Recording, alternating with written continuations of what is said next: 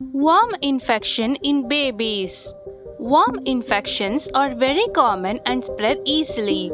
However, it's difficult to know how prevalent these infections are because often they don't have any symptoms and often aren't reported. Studies estimate that 1 person in 5 living in India has at least one type of worm infection, and in young children, infections are thought to be even more common than this.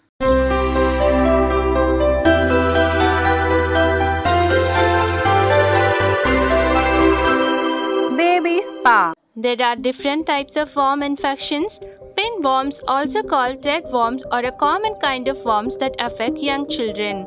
They look like pieces of thick thread about the length of a staple pin, anything from 3 mm to 10 mm long. Hookworms, roundworms and whipworm infection are also common in India.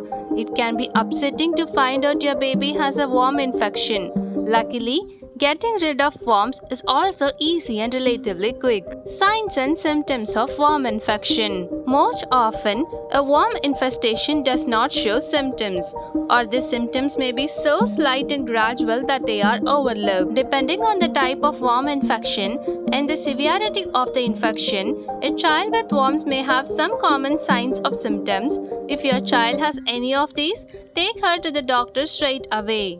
A sore or painful tummy, weight loss, irritability, nausea, blood in the stool, vomiting or coughing as it is possible to cough up or vomit a worm, itching or pain around the anus where the worms entered.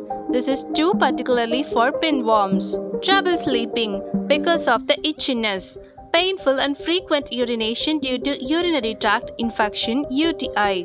This is more common in girls.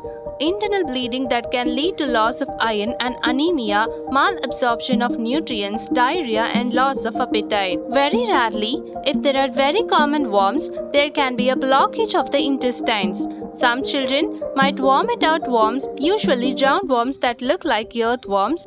Severe tapeworm infection can cause seizures.